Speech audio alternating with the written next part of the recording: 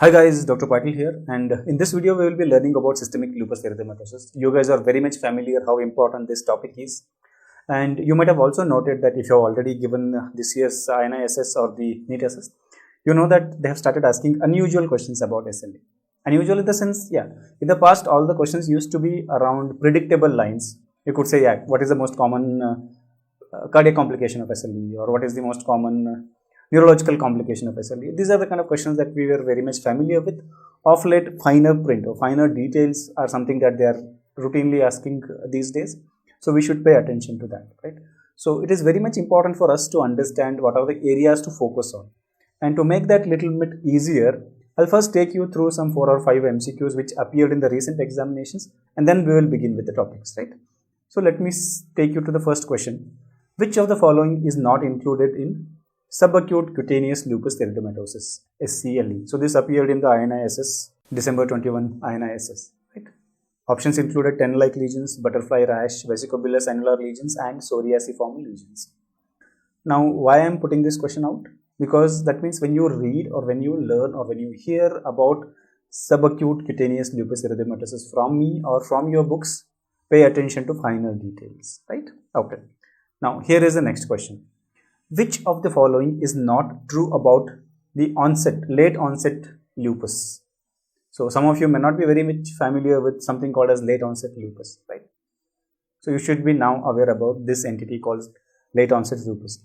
Once they have asked the question about late onset lupus, that also means that this topic is likely to recur again and again, right? Options that appeared in the INISS REMAT December 21 included renal involvement is more common than typical age onset SLE, right? Or rheumatoid arthritis factor positivity is higher in patients with the late onset lupus. Higher prevalence of Zika syndrome.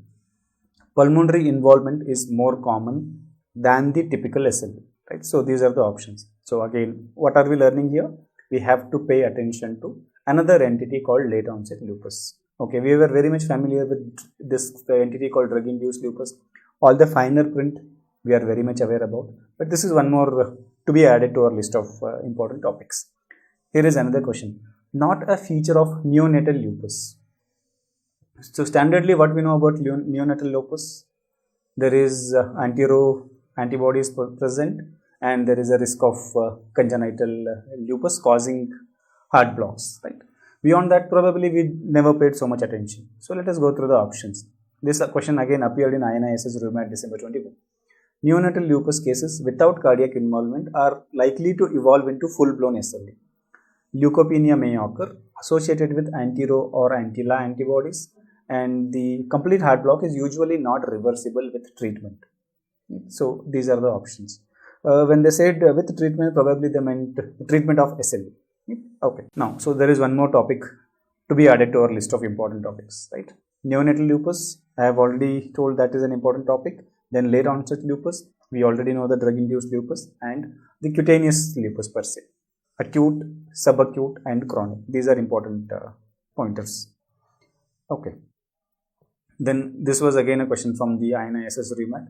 Which of the following is not or is useful in treatment of SLE? Sorry. Which of the following is useful in treatment of SLE? Options included secukinumab, risakinumab, anifrolumab, and ixekizumab. So again, what does that mean? The newer treatment of SLE is now very, very important for us, right? Okay. So here is another question which appeared in the NEET SS 2021. I think it was on the medicine side. True statement about the DLE is. Now DLE here is not drug induced, it is about discoid lupus erythematosus. Right? Discoid lupus erythematosus. 50% cases are ANA positive, less photosensitive, correlates with the disease activity. 20% DLE cases transform into SLE over lifetime. Which one of this is a true statement? Okay. Now, what does that mean? Again, this is an important topic, right? Discoid lupus erythematosus. So, subacute cutaneous lupus erythematosus and discoid lupus erythematosus. Both are the skin manifestations, and they are very, very important topics. Again, very much finer details are required, right? Okay. Here is one more question again. 15-year-old female diagnosed with lupus nephritis stage 3. Patient complains of joint pains and hematuria. Drug of choice for this patient is. And this is probably one question that appeared in the recent examinations, which was on the predicted lines, right? So we have a proliferative nephritis, lupus nephritis. So obviously corticosteroids have to be the mainstay of treatment. So options, corticosteroids is there. I would have gone with that as an answer. Apart from that, they had mentioned tacrolimus, cyclophosphamide, or azathioprine, right? So whenever we have a proliferative form of lupus nephritis like stage 3 or 4, corticosteroids are the mainstay of treatment, right? So you may be adding cyclophosphamide or other immunosuppressants, but you are not compromising on corticosteroids. I think this is the last question that I'm putting up. I don't want to really bore you guys. Minimal recurrence following renal transplantation occurs with. So definitely not directly or exactly related to the lupus erythematosus. We have to be aware about the other options also to answer this question. And this question in the same form or in a very similar form appeared both in INISS as well as in ESS. Right? Is it lupus nephritis? Is it membranous nephropathy? Is it MPGN or is it FSGS? Where the chance of recurrence following renal transplantation, I mean the primary disease recurrence following the renal transplantation is minimal. Okay, so that also means that we should be aware about the recurrence chances after transplantation for various chronic renal conditions, right? Okay, so these points are clear to us. Now let us begin with the topic proper for the day. Okay, now what are the important things we have already summarized, right? So we understand now that epidemiology is very, very important. So we should know the geographic distribution, the racial disparity, and the genetic manifestations. All these are important topics for sure. Pathogenesis is again one more important topic from which MCQs can be asked. We have started discovering newer avenues in the pathogenetic process, and there are also newer drugs being developed targeting those newer avenues that we have discovered in recent years. So that becomes an important MCQ area. Then antibody profile is a very much predictable component, right, from which in the past they have asked a lot of MCQs. They can continue to do so in future. Lupus nephritis per se is definitely as a standalone a very important topic. So we just saw one question being asked about it, right? So they can ask you about the diagnosis. From the pathology side, they can ask a lot of questions. They can give you images of various stages of lupus nephritis, and they might anticipate that you should be able to pick up which stage it belongs to, right? And then the management of lupus nephritis, clinical presentation and management. All these are important areas. When it comes to systemic manifestations, at least we should know what is most common and what kind of presentation can be considered as atypical or unlikely, which is not routinely seen in SLE patients. Right? So for all organ systems that are affected in SLE, we should know what are the most common manifestations, and those manifestations which are atypical, we should be aware about. Right? Then moving on, we should also learn about the ACR-Euler classification criteria. That is what we are currently sitting on. Right, so all the components. So in 2019, there was one question about the ACR-Euler where they had mentioned or they had asked which one of the following was a newly introduced domain in the classification criteria. So that was about the constitutional symptoms or fever, to be more precise.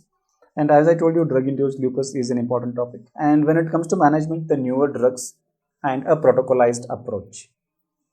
This is something that we should learn. Right? Okay, so I think I have already told you what is anticipated of you in the examination from this topic SLE. So let us begin by understanding the epidemiology, right? So when it comes to epidemiology, you're all familiar. Females are more affected than males. That is standard, well known to us. Then we are also familiar about the ratio, right? It is classically described as 9:1, right? So overall, there is one male affected for every 9 female developing the SLE, right? So this we are familiar. But this is an overall ratio that we are talking about. But if you divide the population into different age groups, then you would notice that the ratio is not uniform, right? So ratio is highest in the women of reproductive age group. So if I were to talk about the women of reproductive age group, childbearing age group, which is a typical patient, right? So typically it is a disease of women. This is a disease of childbearing age group women, right? So during this period, the ratio is 10:15:1. In the women of reproductive age group, the ratio is 10:15:1. Right? So there is one male in that age group who is developing a SLE for every 10 or 15 females who are developing SLE. Right?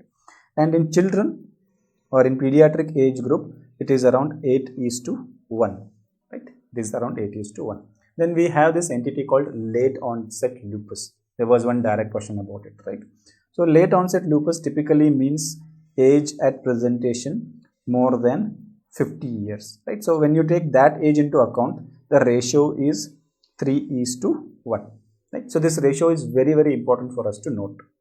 Female to male, it is 9:1, right? Childbearing age group, it is 10 to 15:1. Children, 8:1, and late onset or age of onset more than 50 years, it is 3:1, right? Very important area. Now, if you look at the racial disparity, again, there are important points to learn here. Again, these points or these sentences can be twisted to ask you MCQs, right? Point is, there is increased prevalence and incidence in African Americans, right? So, Americans with a black descent, right? There is increased prevalence, right? Similarly, there is increased prevalence in Asians and Hispanics. So, Asian ethnicity, Hispanics, and African Americans are at increased risk.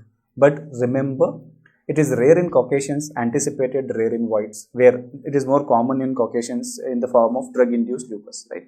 So, it is rare in Caucasians or whites, but there the drug-induced lupus erythematosus is more common. Okay.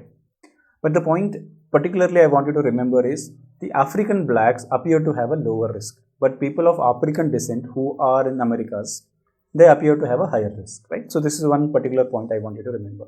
African blacks have lower risk, but African Americans have a higher risk, and also they are associated with more severe disease and more rapid progression.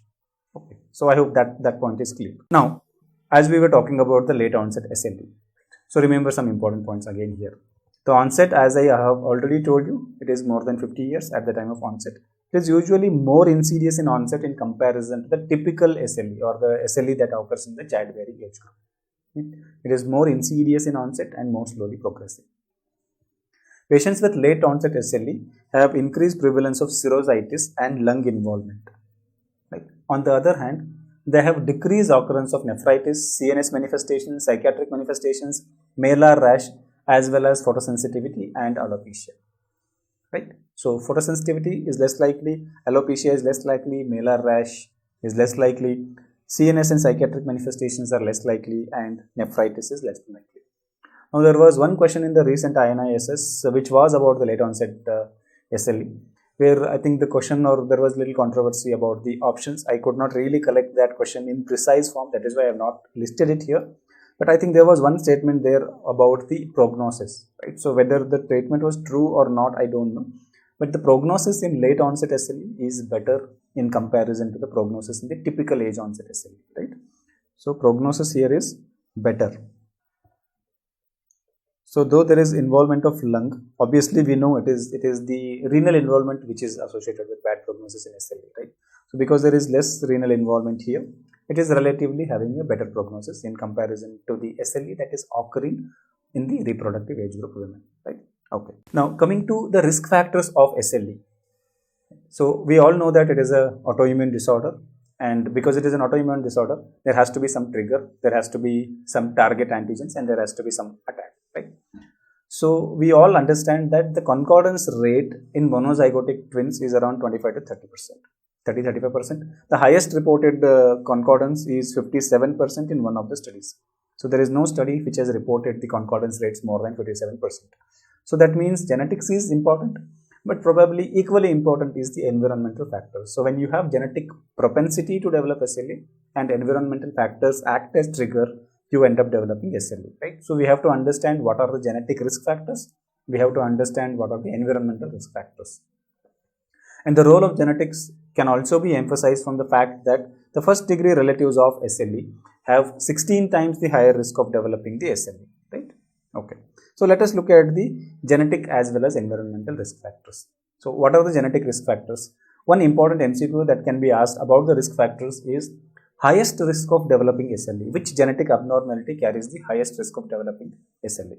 If you are a follower of Harrison actually divides them into highest risk, where he mentions the hazard ratio more than 6, and then he is mentioning the other risk factor, right? So, highest risk hazard ratio more than 6 includes the deficiency of the early complements, C1q, C3, C4 deficiencies, then mutations in the TREX1 gene, right? These two are associated with the hazard ratio more than 6. In fact, the early complement deficiency, the hazard ratio is 5 to 10 times, 5 to 10x, right? So, if there is a MCQ asking you which of these following genetic abnormality carries the highest risk of developing SLE, straight out the answer has to be C1q deficiency. Clear? That is the answer, C1q deficiency. Right? Now, coming to the TREX1 mutation. TREX1 mutation, in the past, like even if you're following the Harrison recently, you would believe that this gene is present on X chromosome, because that is how Harrison makes it sound like. Most of the traditional books also used to make it sound like. But most of the genetic books, and to be very frank, yeah, the TREX1 gene is present on chromosome 3, it is not present on X chromosome, right? But it is very clear that female gender is a definite risk factor. So that means there may be additional genes on X chromosome which may be associated with increased risk of developing SLE. That much is clear now, right? And this fact is reinforced by the fact that the patients with Klinefelter syndrome who have an additional X chromosome, they have higher incidence of SLE, right? So that also goes on to say that there are genes on X chromosome and the dosage related implications are definitely there, right? Okay. So these are the high risk factors, right? Apart from that, there are various other genes, particularly HLA or MHC class 2 genes. HLA DRB1 is something that I particularly want you to remember. Further details, the HLA DRB1 15001 or 03001 are associated with very high risk of developing SLE, 2 to 3 times the risk. Other than that, HLA DR2, which I have not mentioned here, DR2, DR3 and DQA2, these have been implicated, right? So most of the traditional books talk a lot about HLA DR3, so remember particularly about that, right? Okay. Other than the HLA variants, certain polymorphic variations of STAT4 molecules, IRF5 and ITGAM, right? STAT4, IRF5 and ITGAM. Other than that, even PTPN22.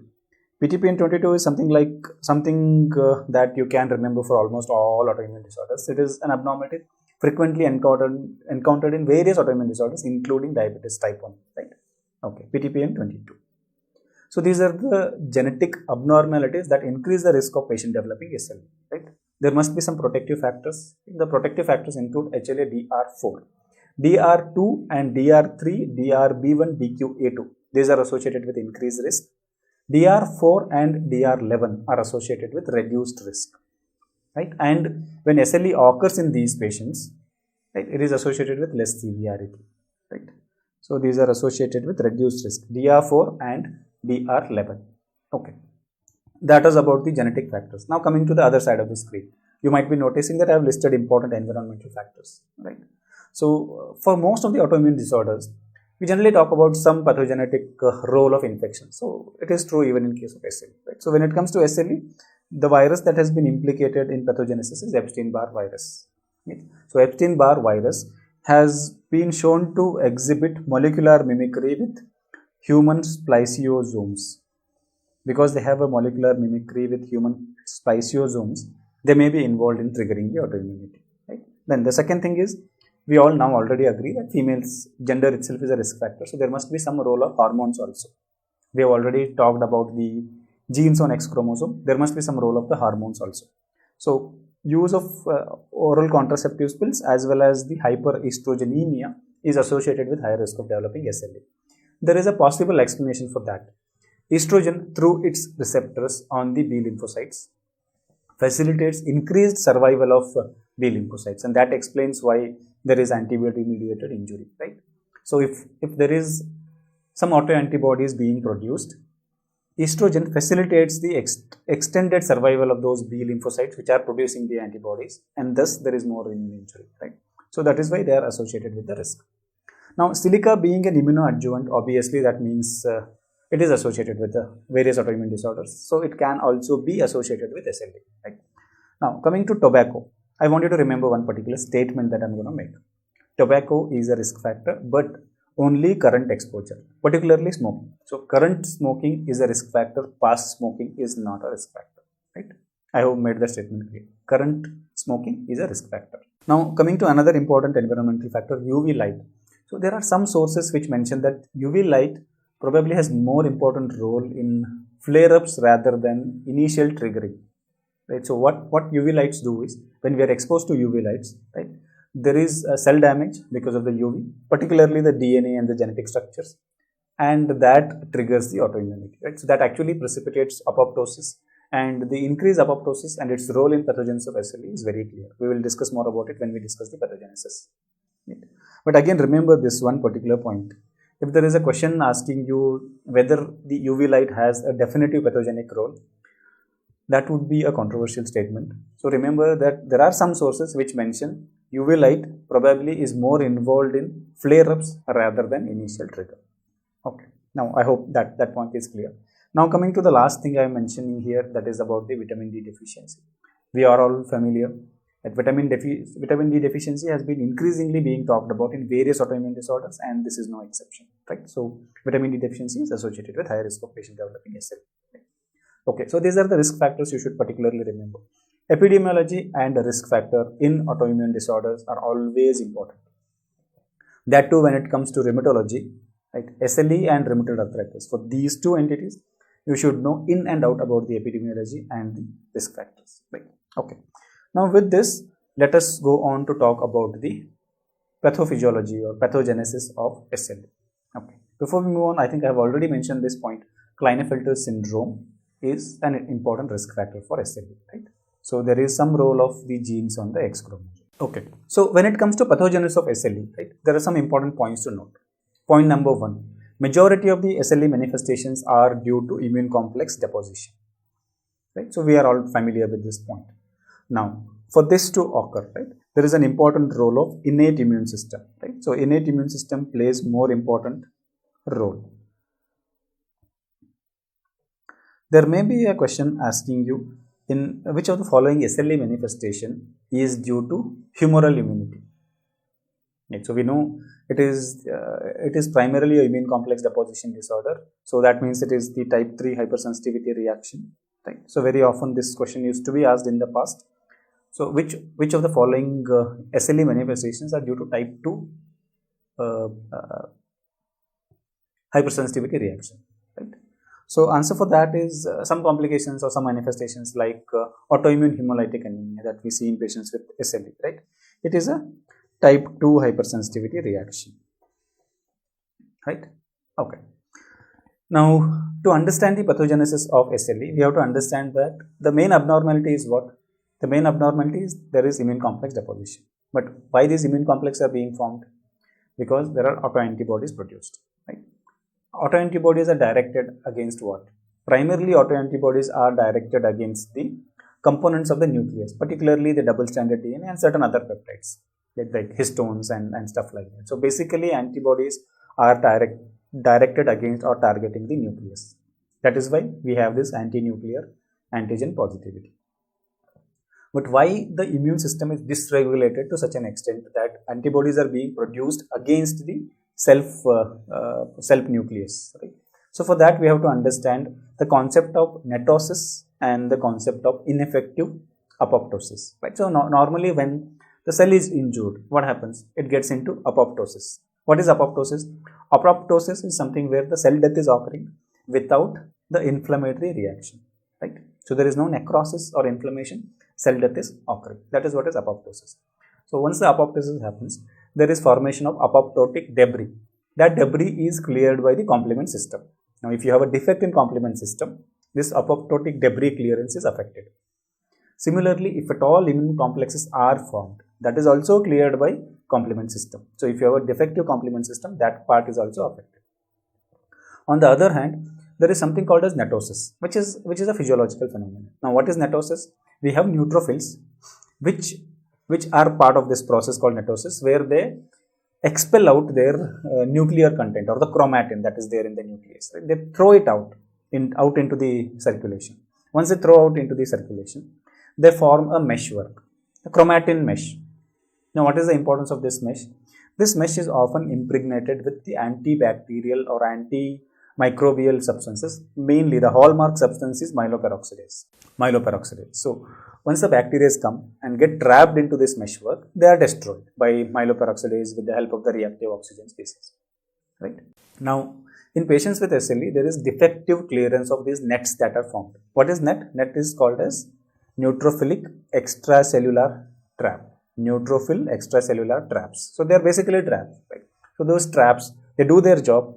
The trap is laid out, the microbes come in and they are destroyed, and the remnants of that are cleared by macrophages. So in patients with SLE, there is defective clearance of this netosis. So there is defective netosis, there is defective apoptosis. Right? The defective apoptosis or the ineffective apoptosis leads to secondary necrosis because the apoptosis is unable to execute itself completely. So the remnants get into necrosis. Right? So we already know that there is a defective complement cascade or complement system in patients with SLE. So that contributes towards this secondary necrotic switch. Right? Now, once there is necrosis, the nuclear components and the intracellular components are leaked into the circulation and they become potential targets for the antigens. So the self-tolerance is lost there. Right? So the antigens are out in the open. On the other hand, this ineffective netosis, right? So netosis is primarily a method, one of the important method for clearance of infections. So when we talk about neutrophils, we are definitely very much familiar about the role of neutrophils in phagocytosis, right? So when there is infection, the bacteria or the organisms are cleared by phagocytosis from the neutrophil side, but they also play this role in netosis, right? So there are some neutrophils which act like suicidal. Yes, there is also a type called as vital netosis, but most commonly it is the suicidal netosis. So what happens in suicidal netosis? The WBCs and their nuclear remnant, mainly the nuclear components, is ejected out. The chromatin is ejected out, which forms a net. Okay? This is what we call as netosis. Now this chromatin is impregnated with the bactericidal or microbicidal substances. Mainly one thing particularly you should remember is myeloperoxidase. Right? So when bacteria come and get trapped in these nets that are created by the neutrophils by self-suicide, the bacteria are destroyed by the antibacterial substances that are present in the net, and the remnants are then cleared by the macrophages. The remnants of the net are cleared by the macrophages. So in patients with SLE, it has been observed that they have defective clearance of the nets, right? So there is a ineffective or defective netosis, there is defective apoptosis. And particularly remember now that we did talk about a lot of genetic abnormalities and environmental factors. We can now fit in those points here. Early complement deficiency is a risk factor because complements are involved in clearance of apoptotic debris as well as clearance of the immune complexes. That explains it, right? Similarly, infections have been implicated, particularly Epstein-Barr virus. So infections increase the netosis, right? So when there is infection, the net formation is increased and they are not efficiently cleared. That is why we are again providing the raw material for the antibody formation, right? So that basic is clear. Now, once there is an exposure of the nuclear components into the circulation, right, the plasmacytoid dendritic cell, right, which is a naive dendritic cell, which secretes a cytokine called interferon alpha or type 1 interferon, right? So this is the hallmark or the signature of abnormality that we see in patients with SLE, right? So this is the most important cytokine that is involved in the pathogenesis of SLE. Like we have TGF beta in pathogenesis of systemic sclerosis, like we have TNF alpha in pathogenesis of rheumatoid arthritis. When we talk about treatment, we will be talking about drugs which are targeting interferon alpha because that is the signature. Now this interferon alpha makes sure that there is massive antigens presented to the CD4 T cells, and the CD4 T cells through interleukin 10 cause a switch to the Th2 cell. So there is a Th2 cell switch or activation.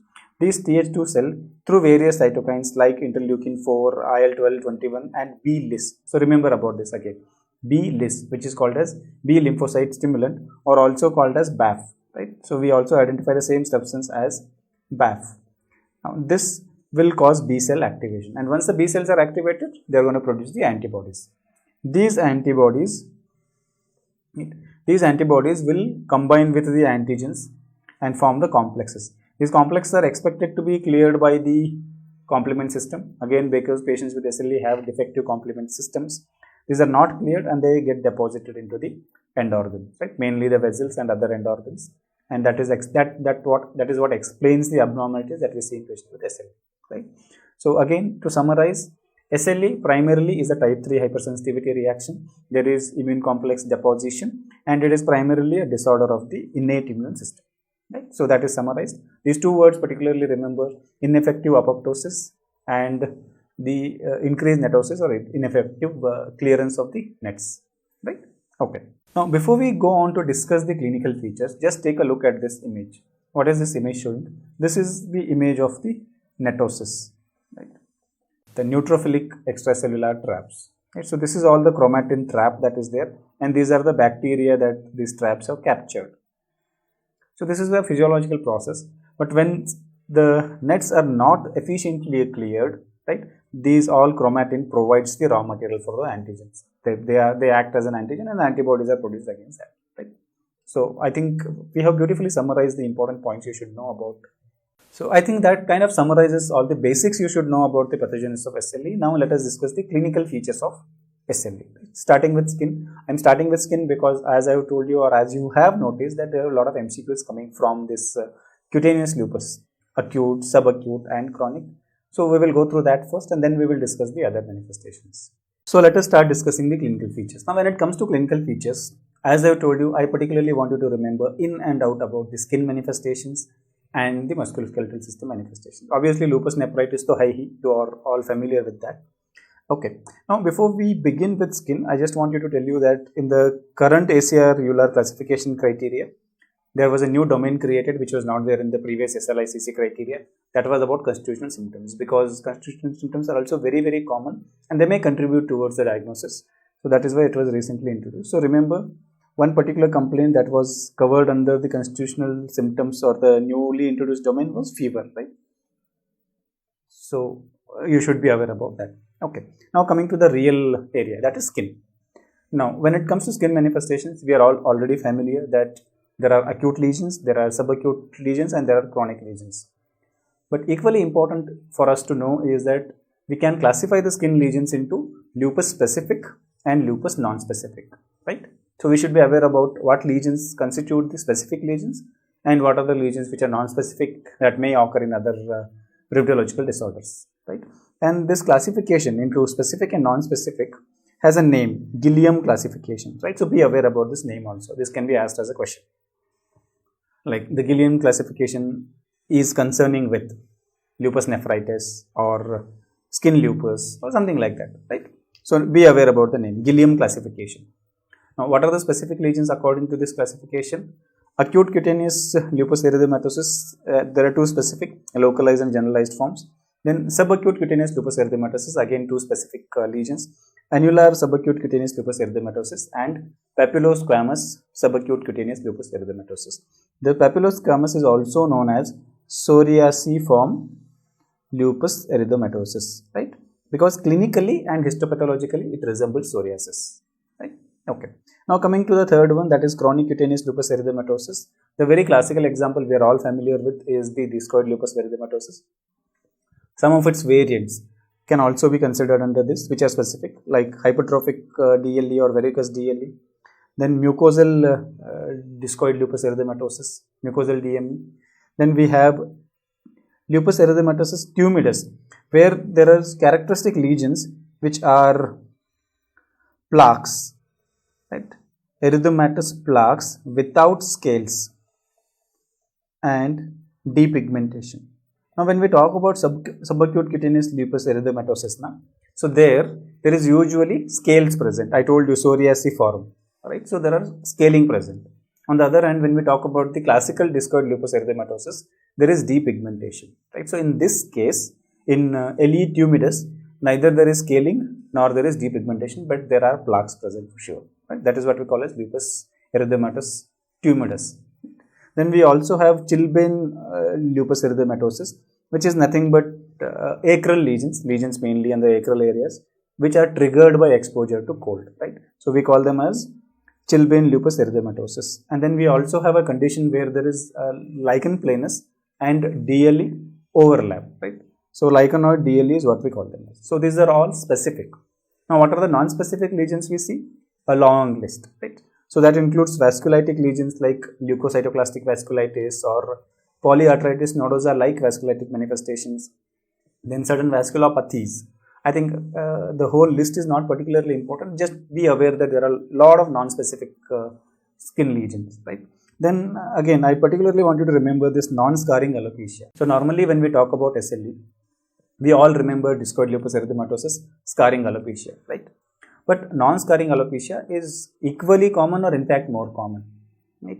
So patients with lupus erythematosus are very much prone to develop telogen effluvium. They are also prone to develop alopecia areata. So there is a strong correlation between alopecia areata and the lupus erythematosus, right? So telogen effluvium can occur, alopecia areata can occur, and there is also something called as lupus hair. So some patients, when you look at their frontal hairline, right? So some segment, there are varying sized thin hairs present, right, in the frontal hairline. That is what we call as lupus hair, right? So these are all manifestations in the form of non-scarring alopecia. Scarring alopecia is typical story of discoid lupus erythematosus, right? Other than that, patients can develop sclerodactyly, something similar to scleroderma, right? They can develop rheumatoid nodules. They can develop calcinosis cutis. So almost all manifestations that we talk under scleroderma can occur in patients with SLE, right? Rheumatoid nodules, sclerodactyly, calcinosis cutis, certain non-specific bullous lesions, urticaria, then cutis laxa, acanthosis nigricans can also occur, erythema multiforme, leg ulcers, and lichen planus. These are all non-specific dermatological manifestations. Okay, now we know what are specific and what are non-specific. We should also be aware about one more particular point from the skin, that is about the histopathology, right? So when we do histopathology, we notice that there is usually increased inflammatory infiltrates at the dermo-epidermal junction, right? So there is a dermis and there is epidermis. At the junction, there is increased inflammatory infiltration. Okay, and when you study it under the immunofluorescence, right, what you notice, especially like there is something called as lupus band. What we call it as lupus band. So this lupus band, again remember one point, this could be a potential MCQ point.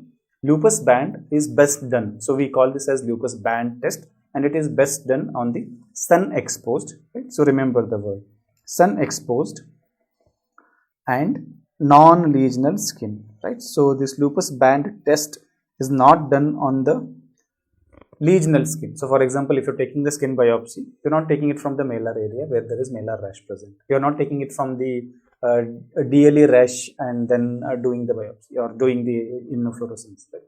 It has to be taken from a sun exposed area because this lupus band is seen in sun exposed skin, and preferably it should be non-lesional skin, right? So what do we notice in the lupus band test is, under the immunofluorescence, there is a granular band of immune complex deposition at the dermo-epidermal junction, right?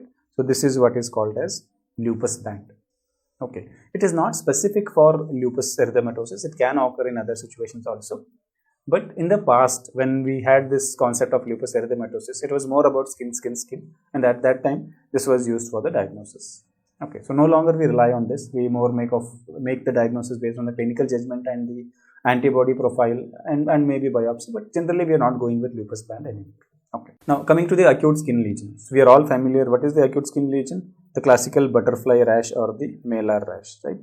That is the most common acute skin lesion, and you are all already aware that in case of the butterfly rash, there is characteristic sparing of the nasolabial fold, right? And we are all aware that it is a photosensitive rash, and it is acute rash. We call it as acute because there is frequent flare-ups and remissions, right? So when there is sun exposure, the rash appears.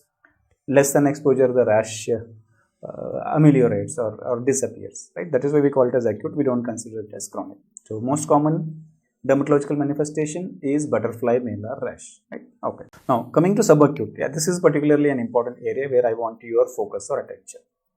Lot of MCQs have appeared and they can be really confusing. In fact, we have already seen one question in the very beginning of this session, right? Okay. Subacute lesions typically occur more common in whites, right? So they typically occur in more commonly in whites. So in the beginning of the session when we were discussing epidemiology, I did tell you that SLE is more common in African descent or the American blacks. It is more common in Hispanics and Asians, right? It is less common in whites. So a white, if they develop SLE, they're more likely to have subacute cutaneous lupus erythematosus, right? So it is primarily more common in white. On the other hand, the discoid lupus erythematosus is more common in blacks. So the point is clear. Whites, subacute, discoid lupus erythematosus, blacks. And 50% of the patients with subacute cutaneous lupus erythematosus progress to develop SLE, right? Okay, so remember then one more point. Now when we talk about the subacute and the chronic, right? So their isolated subacute cutaneous lupus erythematosus as well as isolated chronic cutaneous lupus erythematosus are known to occur. The malar rash is typically associated with the SLE, but the subacute and chronic need not always be associated with SLE. Right? So this point is very much clear. 50% of the patients with subacute cutaneous lupus erythematosus have SLE or they go on to develop SLE. On the other hand, 10% of patients with SLE have subacute cutaneous lupus erythematosus. So I want you to remember this point because these points have been used multiple times, twisting the wordings in MCQs. Right? 50% subacute cutaneous lupus erythematosus have SLE or they progress to develop SLE. 10% subacute cutaneous lupus erythematosus have, 10% SLE have subacute cutaneous lupus erythematosus. Right? And then again, another important point is patients with subacute cutaneous lupus erythematosus have characteristic association with HLA, DR3, particularly remember DR3, and then V8 and DQ1 also. Right? I particularly want you to remember DR3. Then there is also a correlation. What is the correlation? Correlation with anti-Rho antibodies. Right? So 80% of these patients have positivity for anti-Rho antibodies. So there are various correlations of anti-Rho antibodies that you should particularly remember. One you are already aware about, that is the Zika syndrome. Then second thing you are aware about is the neonatal lupus and the heart blocks, right? And then this is the third one, subacute cutaneous lupus erythematosus. Okay, and this rash, just like we have acute rash, this is also photosensitive, particularly to UVB. It is also a photosensitive rash. So majority of the times it is the UVB. It can also be photosensitive to UVA, but mostly it is UVB, right? Okay. Now what we see on the monitor in the image is something known as bullous lupus erythematosus. This we have discussed under non-specific, right? So let me tell you this again. This is a non-specific. Bullous lesions are non-specific lesions, right? Lupus erythematosus, non-specific bullous lesions, right? Okay. Again, I want you to remember one point about this. Usually these bullous lesions are rare, quite rare in fact, and they are usually healing with non-scarring. Some degree of hyperpigmentation can occur, an inflammatory hyperpigmentation, which is very common, right? Like you can see here, but eventually they heal without scarring, right? So this point I want you to remember. This could be used as a true or false statement. Okay. Now coming to chronic, right? So chronic, there are three important things to remember. First one is discoid lupus erythematosus, which we are all familiar, which is the characteristic lesion that we see, right? Which is localized, which can be divided into localized and generalized, right? So we can divide the discoid lupus erythematosus into localized and generalized. So when do we call it as localized? When it is only affecting the head and neck, right? When it is only affecting the head and neck, we call it as localized discoid lupus erythematosus. The name comes, the discoid lupus erythematosus comes because the lesions look like discs, right? That is why we call it as discoid lupus erythematosus. Okay. We will call it as generalized when both above and below the neck is affected. So when the lesions are spread above and below the neck, we call it as generalized. When it is restricted to head and neck, we call it as localized, right? And one point I want you to remember about the discoid lupus erythematosus, particularly without fail, is that there is increased risk of squamous cell carcinoma, right? So these are kind of pre-malignant. So not all patients go on to develop, but there is a strong association with the risk of squamous cell carcinoma, right? So this is one more point we should remember, right? Discoid lupus erythematosus is associated with increased risk of squamous cell carcinoma. Then the second chronic complication, this is definitely specific. This is also specific. Lupus paniculitis. Lupus paniculitis. Paniculitis means the inflammation of the subcutaneous fat, right? So when we have lupus paniculitis, it manifests in the form of puckered lesions on the skin because the subcutaneous fat is inflamed and lost, right? When overlying this lupus paniculitis, if there is also a discoid rash, then we call it as lupus profundus. So lupus profundus is nothing but DLE plus paniculitis occurring together, right? That is what we call as lupus profundus. Now, if there is an MCQ asking you what is the most common chronic rash, it is the discoid lupus erythematosus, right? This is the most common. So most common acute is the butterfly malar rash, and the most common chronic is discoid lupus erythematosus, right? Okay. Now the point to note about the discoid lupus erythematosus is that it is more common in blacks. So when we were talking about subacute, I did tell you that that is more common in whites. This is more common in blacks, right? There are some points to note. If you look at the rash of the subacute, I have told you that it looks more like psoriasis. If I have already shown you the image, right? It looks more like psoriasis. So there is scales present. Right? So there is a erythematous rim and there is there is scaly plaques on the center. Right? On the other hand, if you look at the chronic rash, it looks like this. So there is a erythematous rim at the periphery, and center there is depigmentation or hypopigmentation. Another important point to note with the chronic cutaneous lupus erythematosus, especially the discoid one, is that there is loss of skin appendages in the affected lesions. Right? So in the lesional skin, there is loss of skin appendages. For example, if I am talking about skin, right, there is loss of hair, right? And this usually heals with scarring. This usually heals with scarring. On the other hand, if it is subacute cutaneous lupus erythematosus, it heals without scarring. Right? So malar rash heals without scarring, acute heals without scarring, the subacute lesions heal without scarring, the discoid lupus erythematosus usually heals with scarring. Right? So that is why this leads to cicatrizing alopecia. Right? Okay, so that is another point to note. In this image, what we see is lupus profundus. So you can notice that there is pitting present. That is because the subcutaneous fat is lost secondary to inflammation and fibrotic process, and overlying discoid lesions also you can see. This is what we call as lupus profundus. So you should be able to identify the skin lesions based on the images. This is how the lupus profundus would look like. This is how the discoid lupus erythematosus would look like, and this is how the subacute would look like, and you are all familiar with the malar. Okay. There is one particular sign I want you to remember, something called as carpet tack sign, which is seen in patients with discoid lupus erythematosus. Carpet tack sign. What is carpet tack? This is what is known as carpet tack. Right? It is mainly used to hold the carpet on the floor. And that is what we call as carpet tack.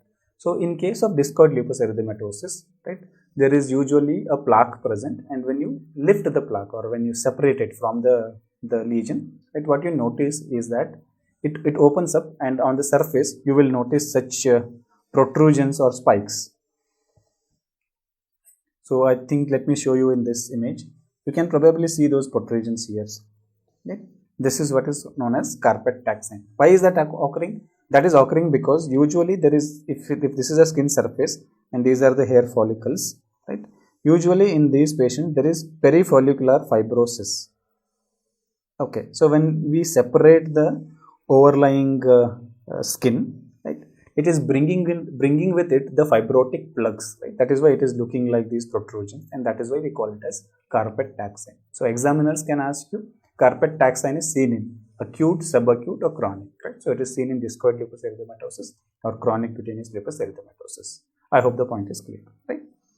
Okay. Now what we see here is lupus tumidus. Right? So there is erythematous lesion.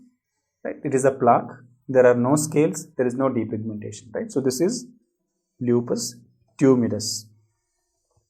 Okay. So I hope you will be able to remember.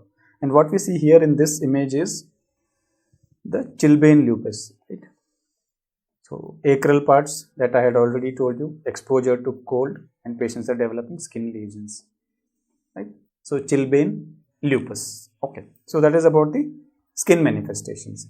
Now let us talk about the musculoskeletal manifestations. So when it comes to musculoskeletal manifestation, a very frequently asked MCQ is, what is the most common musculoskeletal manifestation?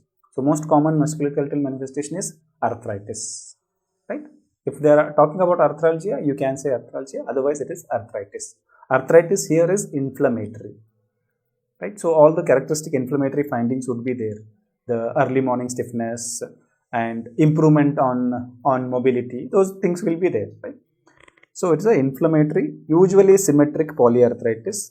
It is usually non-deforming, non-erosive. These are the particular points to note. It is usually non-deforming, usually non-erosive, though Harrison mentioned that 20 to 50% of patients, there may be erosions. The classical description of the disease is that it is non-erosive. Right? So remember this point. It is non-erosive, mainly affecting the small joints of the hands and feet. So that makes you think that it is more like rheumatoid arthritis. Right? The only difference between this and rheumatoid arthritis, that is also inflammatory, that is also affecting the small joints of the hands and feet.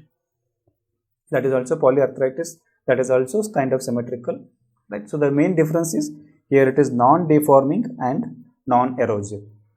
Right? It is non-deforming and non-erosive. Tendinitis can occur, but tendon rupture is rare or unusual. Right? Tendon rupture is rare or unusual. I am telling this point because they had used this statement in one of the MCQs. Okay. So that is the musculoskeletal manifestation. Sometimes, though it is non-deforming, sometimes you can see Jacquard-like deformities, right? So we will discuss more about it. I have an image for you guys. Okay, but before that, let us also take a look at the other musculoskeletal manifestation. So that includes proximal myopathy and avascular necrosis, right? So when it comes to proximal myopathy, I particularly want you to note or remember that the proximal myopathy is seen in various disorders, and various other differential diagnoses should also be considered when patients with SLE present with proximal myopathy. So other myositis overlap is a common thing, so antibody profile is something that we should look into. Other than that, HCQS, right? So we would be treating that as like a blanket prescription for patients with SLE. So HCQS use is associated with myopathy, right? So we should be able to separate or just differentiate that from this condition, right? HCQS. Similarly, we will be using glucocorticoids, so that can also cause myopathy. We are all familiar. So how do we differentiate this? So remember, proximal myopathy in SLE is primarily myositis, so there will be elevated CPK, right? On the other hand, HCQ induced or glucocorticoid induced myopathies are associated with normal CPK. That is one point that can help you to distinguish. Then the second point that can help you to distinguish is if you do a muscle biopsy, you will notice that if it is HCQS associated myopathy, you will notice that there is vacuolar degeneration of the muscles without inflammatory infiltration or without evidence of inflammation. Right? So there will be no inflammation, there will be vacuolar degeneration. Right? On the other hand, in case of glucocorticoid induced myopathies, there will be type 2 muscle fiber atrophy. Right? Type 2 muscle fiber atrophy will be there.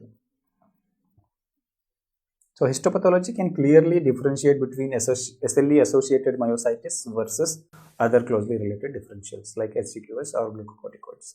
Okay. Then patients with SLE are also prone to develop avascular necrosis, and we are all familiar. The most commonly affected site is the neck of femur, right? Head and neck of the femur. Other sites can also be affected, but that is the most commonly affected site, right? The avascular necrosis of femur. Okay, so these are the musculoskeletal manifestations. I was talking about the Jacquard-like arthropathy, right? So Jacquard-like arthropathy resembles the rheumatic arthritis, right? So in rheumatic arthritis, we have ulnar deviation and Boutonniere's deformity and swan neck deformity. It is kind of similar to that. So at metacarpophalangeal joint, there is ulnar shift or deviation, right? And there will be Boutonniere-like deformity, as well as there will be a swan neck deformity. But the difference between this deformity and the deformity that we see in rheumatoid arthritis is that this Jacquard-like arthropathy that we see in SLE patients is not a true arthropathy. It's not a true deformity. This deformity is because of the tendinous abnormalities and not because of the bony deformities, right? So because of that, when you do an X-ray of these patients, right, there will be no erosions. So you will not see erosions. So this is one important differentiation between rheumatoid arthritis and the SLE. The second important thing is these deformities are reducible. Because these are not bony deformities and these deformities are because of the tendon failure, these are reducible deformities, right? So you can try to put the deformities back into normal shape. That is not possible in case of rheumatoid arthritis. So these are reducible and there are no erosions. 2 points to note. Okay. There's one more point to note that 10 to 15% of patients with SLE may be positive for RA factor as well as anti-CCP antibodies, right? So in that case, particularly imaging for erosions becomes very, very important. And there is also a possibility that SLE and rheumatoid arthritis may co-occur, right? So in that case, patient may satisfy the SLE classification criteria, and radiologically there may be strong evidence that there are erosions. So in that case, you may be strongly thinking that it is rheumatoid arthritis. And such patients, we call them as RUFUS. Rheumatoid arthritis and SLE co-occurring, right? We call it as RUFUS. So you be aware about that also. Now, like you're all familiar, pulmonological manifestations, the most common one is obviously pleuritis, right? So pleuritis can occur with or without pleural effusion, right? So this is the most common manifestation. So this can be asked as an MCQ. Now, when it comes to effusion, right, I want you to remember certain wordings. Right? What are those wordings? It is usually bilateral, right? Usually small, not massive and it is usually exudative, right? So remember this now, because it is not transudative, it is exudative pleural effusion, because there is an inflammation of the pleura and exudation is known to occur there, right? Okay, so that is the most common manifestation. Apart from that, patients can also develop something called as acute lupus pneumonitis. So this is like an acute febrile illness, patient presenting with acute dyspnea, fever and hypoxemia, right? And when you do an X-ray, you notice that they have bilateral, usually bilateral, lower lobe infiltrates.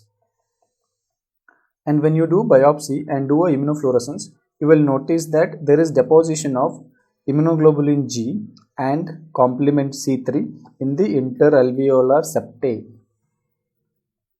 So this is not an infectious entity. Right? This is also an immune complex deposition complication, acute lupus pneumonitis, right? Okay.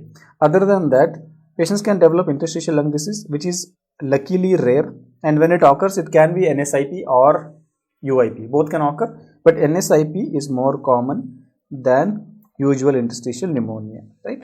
And remember, this is not common. This is rare. ILD in SLE is rare in comparison to the other autoimmune disorders or other rheumatological disorders we talk about. For example, systemic sclerosis or rheumatoid arthritis. In comparison to that, it is quite rare here. Okay.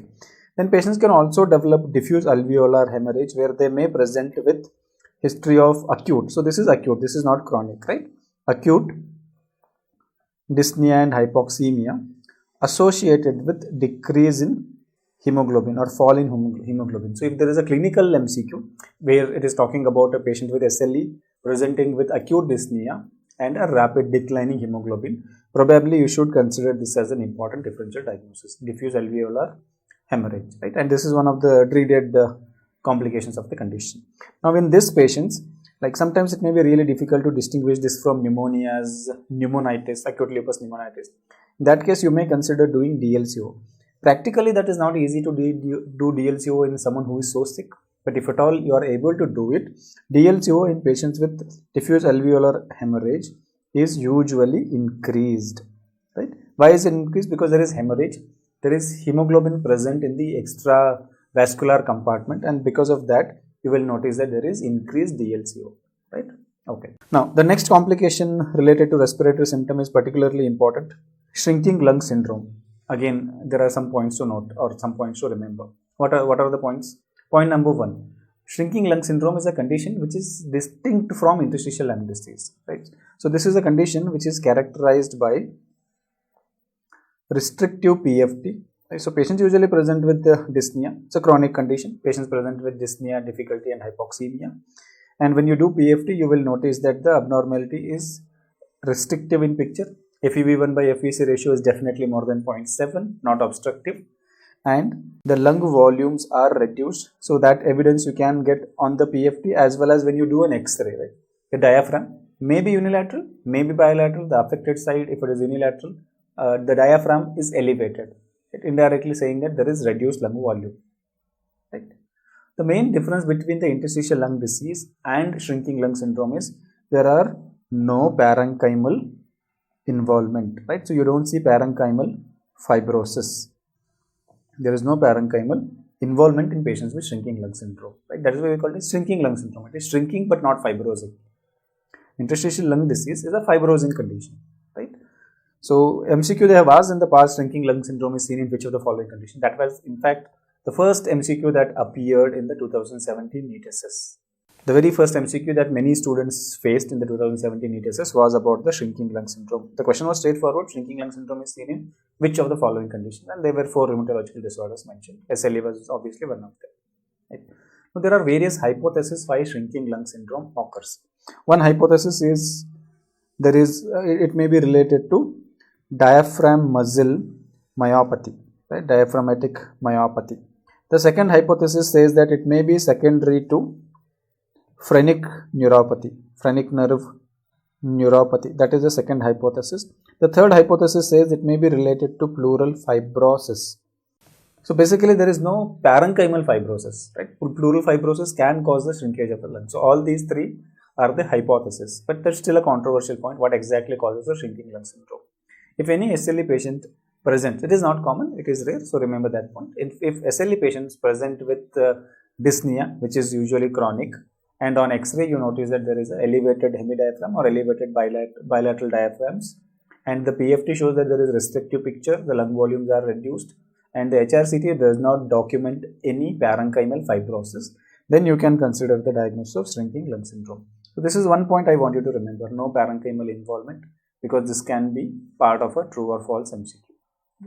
The last complication is pulmonary arterial hypertension. So again, one important point about pulmonary arterial hypertension, definitely among all these, this is the most dreaded complication, because when we talk about ILD and SLE, it is most commonly NSIP, right?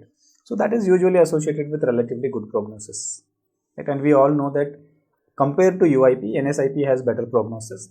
And again, when it comes to NSIP, the CTD or connective tissue disorder related or rheumatological disorder related NSIP has better prognosis than the non-rheumatological, non-CTD related NSIPs. Right? So ILD is not usually associated with very bad prognosis. In most cases, that is mild. But if patient develops pulmonary arterial hypertension, that has an impact on the mortality and long-term morbidity. Right? So be aware about that. And it has also been observed that having Raynaud's phenomenon correlates with the risk of patient developing pulmonary arterial hypertension. Something similar to what happens in systemic sclerosis, right? Okay, so that's all about the pulmonary manifestations. Now let us discuss the cardiovascular. Okay, before we move on, just take a quick look at this X-ray. So I was talking about this elevated diaphragm, right? So you can notice an elevated right dome of the diaphragm. This is very typical of shrinking lung syndrome. Obviously, for that you need to have the clear history present, and then only you can consider that it is a case of shrinking lung syndrome. Okay, now coming to the cardiovascular system, again a very important MCQ point. What is the most common? So we are all aware pericarditis is the most common cardiovascular manifestation, which can occur with or without effusion, right? So effusion is quite rare, and a massive effusion is definitely rare. Pericarditis, clinically apparent pericarditis, is very common. Apart from that, the other two layers of the heart can also be affected.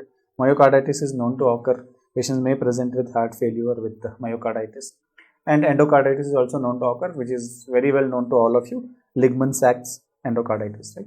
So when it comes to Ligman-Sachs endocarditis, I want you to remember another one or two important points. Point number one, the regurgitant valvular regions are more common in comparison to stenotic, and when it comes to regurgitant lesions, the aortic valve and the mitral valve are more commonly affected, and overall the most common valvular abnormality that we see is mitral regurgitation, right? This is the most common valvular abnormality that we see in patients with Ligman-Sachs endocarditis. Okay. Now the last complication that I have listed here is coronary artery disease. In fact, currently it is emerging as the most common cause of death in patients with SLE. So in the past it used to be lupus nephritis, but in the survivors it is more about coronary artery disease nowadays, right? Coronary artery disease risk is increased by more than 50-fold in patients with SLE in comparison to age-matched individuals. So the factor is 50 times. Right? So again, remember this point, 50 times. Okay, so these are the cardiovascular complications. Now let us discuss the gastrointestinal complications. So what are the gastrointestinal complications? First MCQ point, most common GI manifestation. The most common GI manifestation, as mentioned in Harrison, is decreased peristaltic activity with normal lower esophageal sphincter tone. That is the most common MCQ point, in fact, right? Then we are familiar with something called as leukoid hepatitis. Some of you may be believing that the type 1 autoimmune hepatitis and leukoid hepatitis are both same, but the current consensus is they are different entities. Based on certain histopathological findings, they are termed as different entities, right? So that type 1 autoimmune hepatitis is also a complication, or it is also commonly occurring in patients with SLE, right? So type 1 autoimmune hepatitis is characteristically associated with ANA positivity. On the other hand, we have type 2 autoimmune hepatitis, which is characteristically associated with anti-LKM antibodies, right? Anti-LKM1 antibodies. But these two entities are not equivalent or similar, leukoid hepatitis and type 1, right? I want you to clearly remember this point. What is the difference? Leukoid hepatitis is clinically, in terms of presentation, is very similar to type 1 autoimmune hepatitis. ANA, so anyway, is positive on both the sides. The main difference is you don't notice predominant lymphocytic infiltration in leukoid hepatitis, right?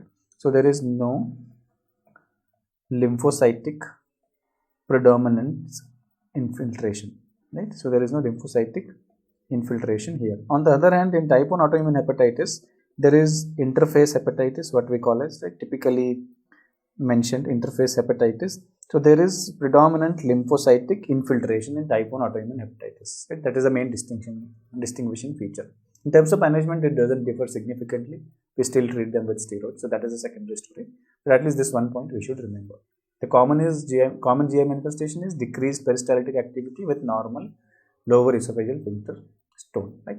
Other than that, patients can also present with diffuse abdominal pain, and whenever an SLE patient presents with diffuse abdominal pain, particularly remember patient may be suffering from peritonitis, or they are also prone for intestinal vasculitis, mesenteric vasculitis. So those things should be kept in mind whenever patients present with diffuse abdominal pain, right? Okay, so these are the GI manifestations. Now coming to the next area, that is ophthalmological manifestations. Number one MCQ point, what is the most common ophthalmological manifestation? So most common eye manifestation in SLE is keratoconjunctivitis sicca, right? That is the most common manifestation. This may occur with or without the secondary Sjogren's syndrome, right? So Sjogren's syndrome may be present or without, merely having the keratoconjunctivitis sicca. That is the most common manifestation. Other than that, patients with SLE can develop scleritis and episcleritis, right? These are known to occur, but remember, uveitis is very, very rare. So this is again an important MCQ point. Uveitis is very, very rare. So they can ask you an MCQ, which of the following is the least common manifestation, or which of the following is unlikely to be seen in patients with SLE? Keratoconjunctivitis sicca or sicca symptoms, scleritis, episcleritis, and uveitis, right? So uveitis is not known to occur in patients with SLE, or it is not typically seen. Then we are all familiar with the HCQs induced retinal toxicity. So you should be aware about it, and also you should be aware about what dose is known to cause the retinal toxicity, right? So hydroxychloroquine exposure more than 6.5 milligrams per kg can be associated with significant retinal toxicity. So keratoconjunctivitis sicca, scleritis, episcleritis, and retinal toxicity typically associated with SLE. Uveitis is atypical or unusual, right? Okay. So these are the eye manifestations. Now let us discuss the hematological manifestations, right? The first MCQ point, what is the most common hematological manifestation? That is anemia, right? And what is the most common type of anemia? The most common type of anemia is anemia of chronic disease, which will manifest with normocytic normochronic anemia, right? Other than that, patients can develop the iron deficiency anemia, quite common in these patients. They can also develop autoimmune hemolytic anemia. If they are developing autoimmune hemolytic anemia, it is usually direct Coombs positive, right? So remember about this. It is direct Coombs positive, and it is usually positive to anti-erythrocyte antibodies, which are warm antibodies, right? So direct Coombs positive, warm antibodies, autoimmune hemolytic anemia. One point I had already told you when we were in the very beginning stage of the session, that autoimmune hemolytic anemia is a typical antibody mediated reaction. So otherwise, most of the complications of SLE are immune complex deposition related. So here it is antibody mediated. The other cytopenias can also be antibody mediated, right? So patients can develop leukopenia as well as thrombocytopenia. These are known to occur. Last but again equally important point is that patients with SLE carry increased risk of developing diffuse B-cell lymphoma, right? So it is there is hematological malignancy risk in these patients. Okay, so these are the hematological manifestations. Now let us discuss the neurological. First point, let us address what is the most common, right? So the most common neurological manifestation in patients with SLE is, so usually students mention depression or psychosis, and those are generally assumed to be the most common manifestations. But the fact is, as Harrison mentions, the most common neurological manifestation in SLE is cognitive dysfunction, right? So this is again an MCQ point. Cognitive dysfunction, which is seen in up to 80% of patients currently, right? It is seen in 80% of patients. That is the most common manifestation. Now, the American College of Rheumatology classifies the neuropsychiatric syndromes into various conditions. So that includes the central nervous system causes or central nervous system abnormalities as well as peripheral nervous system abnormalities. So in patients with SLE, you may see them developing aseptic meningitis, cerebrovascular disease. Vasculitis is a component, and various vascular events are known to occur. So patient can develop CVA, patients can develop APLA, so patient can develop APLA related complications, patient can develop the coronary artery disease. So vasculitic manifestations are known to occur. Aseptic meningitis, cerebrovascular disease, demyelinating syndromes, headaches are very common. Movement disorders can occur, myelopathy, seizures, acute confusional state, anxiety disorder, cognitive dysfunctions. As we know, it is the most common. Mood disorders and psychosis. One of the very frequently asked MCQ from the neurological side of SLE is the antibody correlation, right? So be aware that when it comes to neuropsychiatric manifestations, right, it is usually anti-ribosomal P antibodies, right? They are associated with a neuropsychiatric manifestation, depression, psychosis and all. And other neurological manifestations are associated with anti-neuronal antibodies. More on that as we discuss about the antibodies. As of now, remember these 2 points. Peripheral nerve involvement or peripheral nervous system involvement can manifest in the form of GB syndrome. Patients can have autonomic dysfunction. Patients can develop mononeuropathy or mononeuritis multiplex. Patients can develop myasthenia gravis. Cranial neuropathies are known to occur. Plexopathies as well as polyneuropathies. Polyneuropathies in SLE is typically sensory or sensory motor, and it is usually a small fiber type, right? So again, these are important MCQ points. It's usually small fiber type. So these are the neurological manifestations of SLE.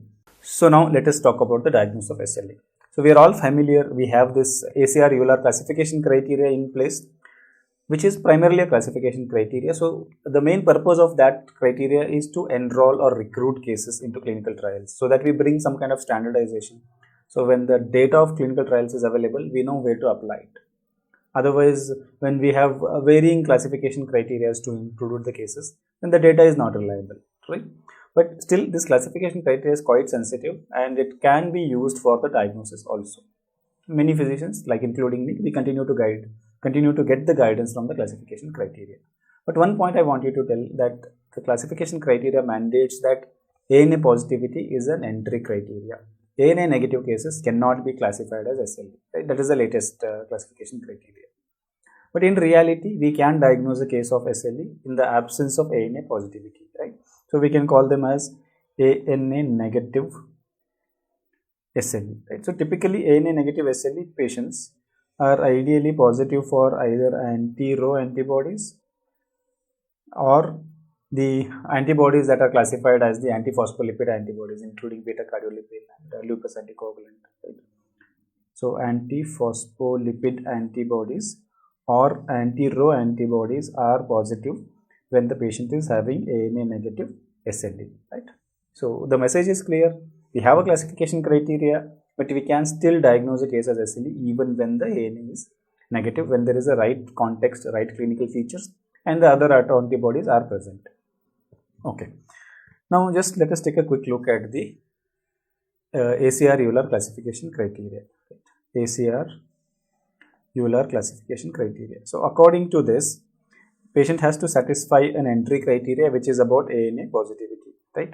So we should remember the titer that is required and what is the best method for ANA estimation, right? So the titer that is required is more than 1:80, right? More than 1:80. At this titer, more than 5% of general population is positive for ANA, right? So ANA is a very sensitive test. So if the examiner is asking you what is the most useful screening test, it has to be ANA positivity. But it is not very specific because more than 5% of general population is positive at the titer of 1:80. When you're taking the lower titers, so 1:40 or 1:30, you might notice that further more population may be positive for that. Okay. Now the best method for ANA estimation is indirect immunofluorescence test, right? Indirect immunofluorescence test. So remember, this is indirect, not direct. Indirect, not direct. Indirect immunofluorescence test, usually done on human epithelial tumor cell lines or HEP2 cell lines, right? So 3 things to remember: ANA, titer 1:80, cell line HEP2, the method indirect immunofluorescence. When that is positive, the entry criteria is satisfied. Once the entry criteria is satisfied for those patients, we will be looking at the other parameters, right? So what are the other parameters we are looking at? We are looking at additive criteria. So additive criteria is broadly grouped into two broad headings. The heading number 1, clinical domains and criteria. The heading number 2 is immunological domains or laboratory domain. So clinical domains, there was one new domain introduced in the current ACR Euler classification criteria, and in 2019 NEET assess they had asked which of the following is the newly introduced domain in the classification criteria. Right? That newly introduced domain was constitutional domain or constitutional symptoms domain, and they had given a score of 2 or weightage of 2 for fever as a constitutional symptom. I have already elaborated on this point. That was a newly introduced domain. Otherwise, the other domains were already existing in the SLICC criteria that was in place before this, right? So the other domains include hematological, where you are looking at leukopenia, thrombocytopenia, or autoimmune hemolytic anemia. You are giving some weightage to those patients, those points. Neuropsychiatric manifestations include delirium, psychosis, or seizure. Mucocutaneous manifestations include non-scarring alopecia. So I have already told you scarring and non-scarring both are known to occur. Oral ulcers, right? Oral ulcers, I have told you hard palate is the most common site. Then subcutaneous or discoid lupus, subacute or discoid lupus erythematosus, and acute cutaneous lupus erythematosus. Right? So all of them are getting some weightage. When we were discussing the skin manifestations, I did tell you that acute almost always occurs in patients with SLE. The subacute and discoid can occur in the absence of SLE. Right? They can be a standalone or isolated manifestation. That is why you can notice that we are giving less weightage, right? For subacute and discoid, we are giving less weightage in comparison to acute cutaneous, right? For malar rash, we have given more weightage in terms of score. The next domain is serosal domain. Serositis basically in the form of pleuritis or pericarditis or pleural or pericardial effusions, right? Okay. Then is the musculoskeletal joint involvement. There should be at least 2 joint involvement in that case, right? We are giving 6 points for that. Then we have a renal domain. Right? We will be discussing more detailed renal lupus nephritis in a separate video. For now, we have renal domain. So we are looking at proteinuria, renal biopsy, class 2 or 5 nephritis, or class 3 or 4 nephritis. So class 3 and 4 nephritis are considered as proliferative form of lupus nephritis, and they are more severe. They have their own consequences. That is why we are giving them higher weightage. So these are all the clinical domains, right? And at least one clinical domain should be positive. There should be some score achieved on any of these clinical domains. So if patient is satisfying the requisite numbers of score only from immunological domains, we will not classify that case as SLE, right? Now, what are the features in immunological criteria? Positivity for antiphospholipid antibodies, right? Any of them, anticardiolipin, anti-beta-2 glycoprotein 1 or lupus anticoagulant, any of them positive, patient will be getting 2 points. Then we have a complement criteria, right? So it is a immune complex deposition disease. So where the immune complexes are also taking with them the complements, right? So because of that, hypocomplementemia is known to occur. So patients with low C3 or C4 or both C3 and C4 being low, we are having differential weightage given, right? And then presence of SLE specific antibodies. ANA to entry criteria tha. Now we are looking at anti-dsDNA, which is second most common and also relatively good specificity, or anti-Smith, which is the most specific, right? So these antibodies, if present, we are giving some weightage. Now when patients achieve more than or equal to 10 points with at least 1 point coming from a clinical domain, the case can be classified as SLE, right? Now, one more point you should remember about this classification criteria is, among all these domains, right, you are giving a score maximum possible in that domain. For example, let me take into account the neuropsychiatric manifestation. Patient has psychosis, patient had seizure. In that case, you are giving only 5 points. You are not giving 3 points for psychosis and 5 points for seizure. You are not giving 8 points there, right? Otherwise, what happens is, there are various other autoimmune disorders or various other disorders where a particular organ may be affected and myriad manifestations of that organ can occur. For example, CNS vasculitis, right? So patients with CNS vasculitis will have delirium, psychosis and seizure. Now, if you take into account all this scoring, 10 points are done here. And if the patient has any antibody positivity or hypocomplementemia, which is very common in various vasculitic disorders, then you would be classifying a focal localized vasculitic condition into SLE. Right? So to avoid avoid doing that, we have to take into account the maximum score from each domain. Right? So we are not counting every manifestation of that domain. That is one more important point to note. Right? So as I said, more than or equal to 10, we are classifying the case as SLE. Right? So also remember, mere antibody positivity cannot be classified as SLE if there are no clinical domains present. Okay, so that is clear. Now we know the classification criteria, which is quite sensitive. You can use it for even your day-to-day diagnosis or practice. Okay, so now coming to the antibodies. Right, so antibodies is an important area for MCQs. Every now and then they have asked one or the other MCQ related to this antibody correlates with which manifestation of SLE. Right? That is the area to focus on. We are all familiar, the most common antibody is ANA, that is a screening test. We also know what is the most common or the best method for measurement, that is Hep2 cell lines using indirect immunofluorescence. I am repeating it because I want you to remember. I don't want you to do basic mistakes on these simple questions. Right? Then the second most common antigen, ANA is the most common. If you are following the classification criteria, 100% cases will have the ANA positivity.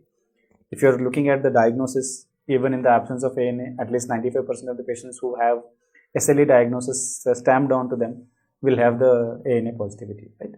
Okay. The second most common antibody that is seen in SLE is anti-DS DNA, right? Anti-double stranded DNA antibody.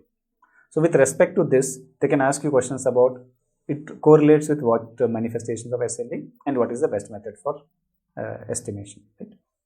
The best method here is, remember, it is known as Cryptidia immunofluorescence. If you remember name more than enough. Cryptidia immunofluorescence.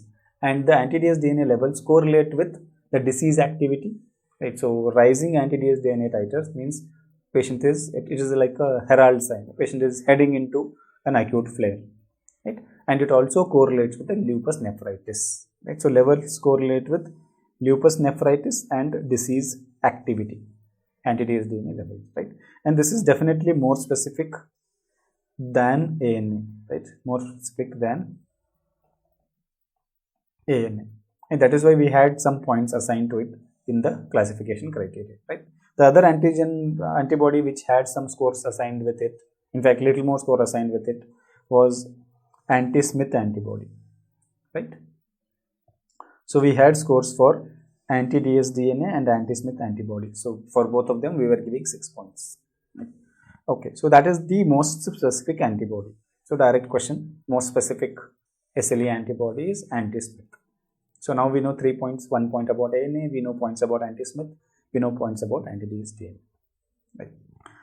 Now another frequently asked MCQ point is drug-induced lupus. Right. So drug-induced lupus is typically associated with antihistone antibodies. Right. Antihistone antibodies, and it is usually negative for anti-DS DNA antibodies. Right. So it is usually negative for anti-DS DNA and it is positive for antihistone antibodies. Right. Okay. Now coming to the other important antibodies, anti-Rho antibodies, or what we call as anti-SSA antibodies. Now we are already familiar. It is associated with Sjogren's or Sicker syndrome. It is associated with subacute cutaneous lupus erythematosus. It is associated with congenital lupus with heart blocks, right? So these are the 3 manifestations. The fourth thing I think I had to mention here is it is also associated with ANA negative SLE, right? So these are the 4 things you should remember about anti-Rho antibodies. On the other hand, we have a closely related antibody called as anti-La or anti-SSB antibodies, which is only associated with Sicker syndrome. It is not associated with the other manifestations that we discussed about anti-Rho, right? Anti-La only Sicker syndrome, anti-Rho 4, right? Okay. This point I had already told you. For psychiatric depression and psychosis and generalized anxiety disorders, typically associated with anti-ribosomal P antibodies, right? And the other CNS manifestation, CNS lupus, is associated with anti-neuronal antibodies, right? Then coming to anti-RNP antibodies, little more precise, anti-U1 RNP antibodies are typically associated with mixed connective tissue disorder or overlap feature, where there is SLE and myocytic manifestations occurring together, right? So that is what we call as mixed connective tissue disorder, which is typically associated with anti-U1 RNP antibodies. Okay, so that completes the important antibodies you should be aware about, right? So at least these are the bare minimum. There is a beautiful table in Harrison. Spend some time on that so that you learn little more nitty-gritties of the antibodies. Right? Okay. Now coming to certain special forms of SLE. Right. So again, these are hot topic MCQ areas. Okay. So let us take the first special topic, that is drug-induced lupus. So I wanted to remember certain points about drug-induced lupus. How does it differ from the conventional non-drug-induced SLE, right? So drug-induced lupus, there is no gender disparity. Gender disparity is not there. Males and females are roughly equally affected. On the other hand, in case of the conventional SLE, we know 9:1, the golden number, right? Okay, so there are also few studies which have reported more occurrence of drug-induced lupus in males than females. So at least basically you can remember it is roughly equal, right? So there is no great gender disparity here. 9:1 ratio is definitely not there. Okay, then this affects whites more than blacks. So there we were talking about the African Americans and then Hispanics and Asians, right? The typical racial risk factors for the conventional SLE. But for drug-induced lupus, the white race is a risk factor. So it is more common in Caucasians or whites. It is quite rare in blacks and Asians. Right? And as I have already told you, it is usually associated with negative anti-dsDNA antibodies. Right? Negative anti-dsDNA antibodies. ANA is almost always positive. Right? Almost always positive. Like some books mention that it is seen in 100% of patients, right? 100% of drug-induced lupus patients. Okay, so ANA is positive, right? And the characteristic antibody you are all familiar, that is anti-histone antibodies. ANA positive anti-histone antibodies are seen, anti-dsDNA is negative. Now you should tell me whether there is a risk of renal involvement or not. I told you, right? Anti-dsDNA correlates with the risk of lupus nephritis because it is anti-dsDNA negative condition, right?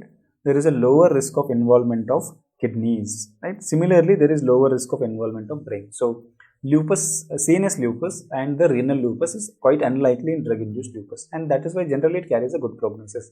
It's almost like a self-limited illness. On the other hand, the skin involvement and the musculoskeletal system involvement is very common, right? Skin involvement is common and the musculoskeletal involvement is common. Brain and kidney involvement is rare. And once you stop the offending drug, right? Once you stop the offending drug, it usually resolves over several weeks. Not in terms of long months or years. Several weeks it usually resolves. Okay, so these are the points you should know. Mainly about the epidemiology, gender disparity and the racial and ethnical influences. Because these are the points that examiners use as MCQ points, right? Okay.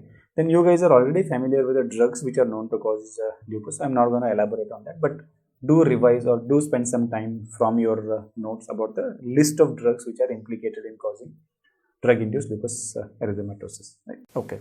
Now, those who are not very familiar about the drug-induced lupus erythematosus, here is a list. Okay. Particularly, the points to remember are propanamide, hydralazine, lithium, minocycline, nitrofurantoin, and hydrochlorothiazide. These are the drugs. One point I forgot to mention when we were discussing the subacute cutaneous lupus erythematosus, right?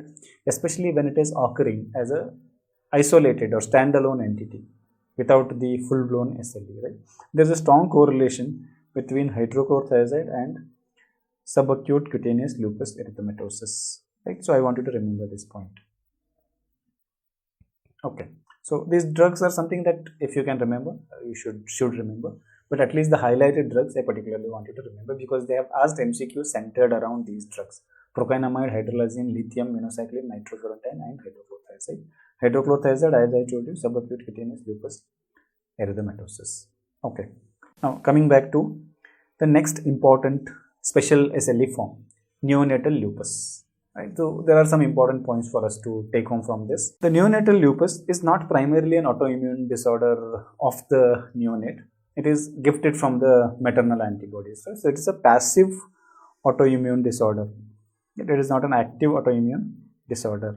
right? So the autoimmune injury is occurring because of the antibodies which are transplacentally transferred to the neonate. So what are the antibodies? Primarily it is anti-Ro or anti-La antibodies, or both occurring together, right? So that means patients with SLE and patients with Sjogren, right, can be responsible for the neonatal lupus, right? So these people can transmit these anti-Ro or anti-La antibodies to the neonate, and this mother, and that can lead to neonatal lupus, right? The term neonatal lupus comes from the fact that patients often develop skin rash. So MCQ wise, they can ask you what kind of skin rash you are anticipating, right? So the skin rash that we are seeing is subacute cutaneous lupus erythematosus type. If you want to be more precise, it is the annular type. So we did discuss about this, right? Annular and the psoriasiform rashes. So it is the annular type of rash that is very common. That is why it is known as neonatal lupus, right? And this condition is associated with high neonatal mortality exceeding 20%. Why this mortality is occurring? Because these anti-Ro and anti-La antibodies are cardiotoxins, or they cause myocardial injury leading to fibrosis in and around the area of AV node, right? So that causes the heart block. The heart block can be first degree, second degree, or complete heart block. So remember one particular point: the maximum vulnerable period of the fetal development is between 16 to 24 weeks of fetal life, right? So during which the maximum injury to the AV node occurs, right? So because of that, the recommendation is that the screening with fetal echo, right, with fetal echo should begin by 16 weeks of gestation, because 16 to 24 is the vulnerable period. 16 weeks of gestation. Remember, this is a potential MCQ point, 16 weeks of gestation. And if you find out that there is heart block, right, then we have to offer treatment. So what is the treatment? The treatment is using fluorinated steroids, right? So we are using fluorinated steroids. If there is a heart block present, we are treating with fluorinated steroids. Why are we using fluorinated steroids? See, if we have to treat, for example, if you remember me talking about rheumatoid arthritis or various other autoimmune disorders, I did tell you that when we are using steroids, we are avoiding fluorinated steroids. But here I am telling we want to use fluorinated steroid. The reason is, here we want to treat the neonate, not the mother. Right? So when we want to treat the mother, we use steroids which don't have great transplacental transport. Right? The fluorinated steroids have excellent transplacental transportation. So because of that, when the intention is not to treat the fetus, we don't want to really expose, so we use non-fluorinated. Here we want the drug to be delivered to the fetus. Another example where we use fluorinated is immature lung, right? So to avoid hyaline membrane disease, there also gynecologists have a tendency to prescribe fluorinated steroids like betamethasone or dexamethasone, right? So that can be used. Now fluorinated steroids to some extent can revert the incomplete heart blocks, the first degree or second degree heart block, but the complete heart block, once it sets in, is not reversible with treatment. So with the steroid therapy, the complete heart block is not reversible, right? So when you treat mother with steroids, or even the neonate post birth with steroids, the complete heart block is not reversible. First degree, second degree heart blocks may be reversible, right? So this is again an important point that can be asked as an MCQ, right? So that kind of summarizes the neonatal lupus. Now in the beginning of the session, I had thrown up some MCQs. We will go back now. We will address those MCQs, whatever that can be handled with the discussion that we had so far. And in the next video, I will be discussing the management of systemic lupus erythematosus. Right? So now let us go back and just take a quick look at those MCQs. Okay, so this was the first question, right? Which of the following is not included in subacute cutaneous lupus erythematosus, right? So probably we may not be familiar with all the options, but we can still give a try. Psoriasiform lesion, definitely one of the types of the subacute cutaneous lupus erythematosus, right? The annular lesions, yes, one of the types of the subacute cutaneous lupus erythematosus. 10-like lesions are very, very rare. They are subacute manifestations. I'm really not sure if it is to be considered as one of the SCLE manifestation. But the option B is very clear, butterfly rash. We know it is acute, right? That is the most common acute SLE rash. That means clearly it is not subacute cutaneous lupus erythematosus. So the right answer for this question is option B. I'm not sure about 10, but even then by ruling out option B, we clearly know that is the right answer, right? Okay. Now this was the next question. Which of the following is not true about late onset lupus? I have already told you this is emerging as a very, very important topic, right? So late onset, as we know, is associated with the increased risk of lung involvement and less risk of renal involvement. So that is associated with good prognosis, right? So early onset SLE or the typical age onset SLE, higher risk of renal involvement and bad prognosis. Late onset SLE, pulmonary involvement more common, less commonly involving the kidneys, so better prognosis. Okay, this is the basic thing we understand, and I have already told you late onset means age of onset is more than 50 years, right? So let us see if the statements make sense. Option A, renal involvement is more common than typical age onset SLE. False statement, straight out, right? We got our answer. Anyway, we will go through the other option. RA factor positivity is higher. I'm really not certain about it, but anyway, I have got my answer already. Higher prevalence of Sitka syndrome, again not sure about it, but I have already got my answer. Pulmonary involvement is more common, it should have been, than the typical age onset SLE, which is a true statement, right? So this is a true statement. This is false, so maybe these are true statements, right? Maybe these are true statements. So always remember, when it comes to rheumatology, you will get a lot of such MCQs where you may not be very sure about the findings, but generally the answer will be very straightforward. So if you pick up the answer, then rest of the statements, whether they are true or not in a single choice question, we really don't need to bother, right? Okay. Now this was the next question. Not a feature of neonatal lupus. Again an INI-CET question, right? Neonatal lupus cases without cardiac involvement likely to evolve into full-blown SLE. Leukopenia may occur associated with anti-Rho, anti-La antibodies, and complete heart block is usually not reversible with treatment. This I just discussed, it is a true statement. Option C is a true statement. Option B is a true statement. Right? So obviously that means it is clear, neonatal lupus cases without cardiac involvement. So actually it is a neonatal lupus cases which had cardiac involvement are more likely to develop full-blown SLE. Right? So this is a false statement. Right? Okay. This is about management. So we'll take up this question once we discuss the management of SLE. Right? So I will be connecting on the other side of the video to discuss about the management of SLE.